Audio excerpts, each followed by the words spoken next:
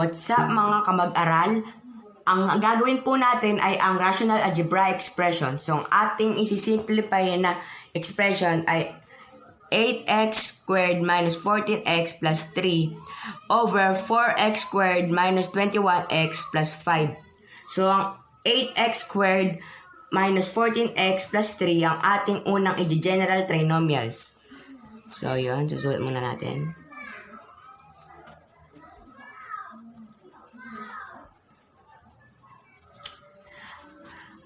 I-multiply natin ang first term numerical coefficient at ang last term. So, 8 times 3 equals to 24.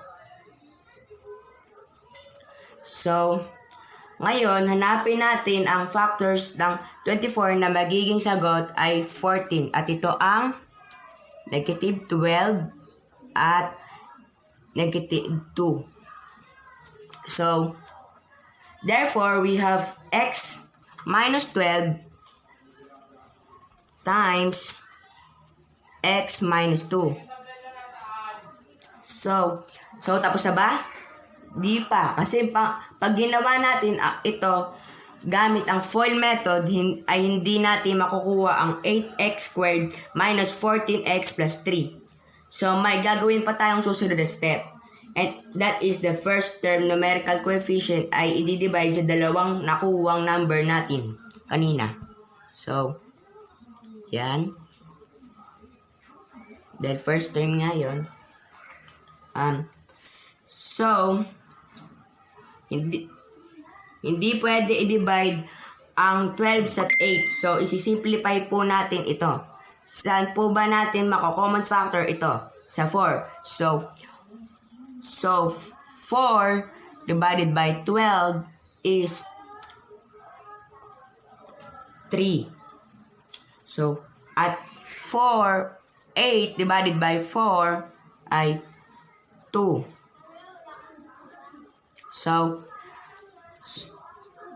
sa ano naman tayo? Sa x minus 2. So, pwede po bang i-divide ang 2 sa 8? Siyempre, hindi. So, in-numeric common factor po natin ito. So, saan po ba pwedeng i-common factor ito? Sa 2. So, 2 divided by 2 is 1. 2 divided by 8 is 4. So, dito naman tayo dito. Pwede ba ang i-divide ang 3 sa 2? Siyempre, hindi. So, ilalagay natin sa harapan ang 2. 2x minus 3. Pwede ba i-divide ang 1 sa 4? Siyempre, hindi. So, ilalagay natin sa harapan ang 4. So, gagamitin naman natin ang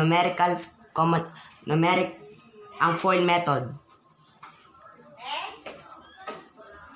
2x times 4x is 8x squared. Ayun yung first term. At ang ating outer term is 2x times 1, negative 1 is negative 2x. So, negative 3 times 4 equals to negative 12x. Sa ating last term ay negative 3 times negative 1 is 3. So, ipagpa-plus po natin itong dalawa dahil parehas lang x. So, 8x squared 2x plus 12x is 14x plus 3. So, at ang susunod po natin gagawin ay i-general na trinomial din natin ang 4x minus 21x plus 5. So, 4x squared minus 21 plus x plus 5. So, ipagta-times din natin itong dalawa. So, 4 times 5 is 20.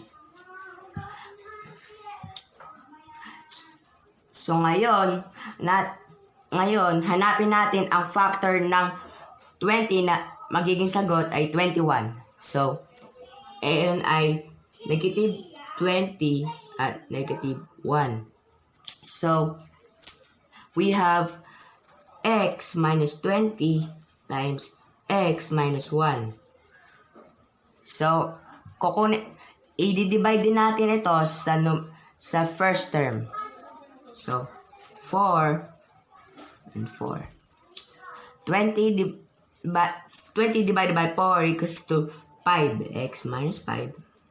And then, 1 divided by 4 ay hindi pwede. So, ilalagay natin sa harapan ang 4.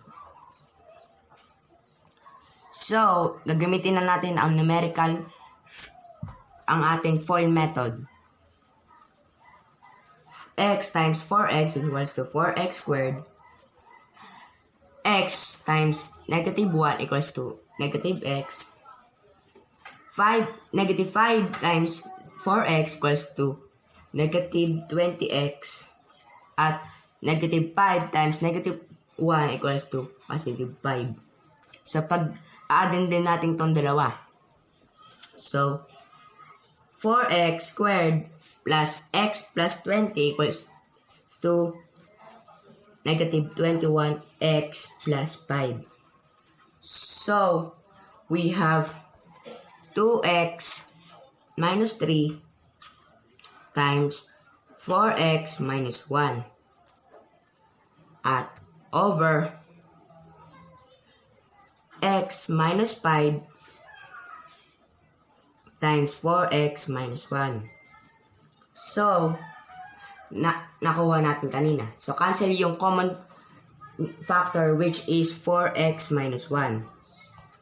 So, ang numerator remaining factor natin ay ang 2x minus 3 and x minus 5.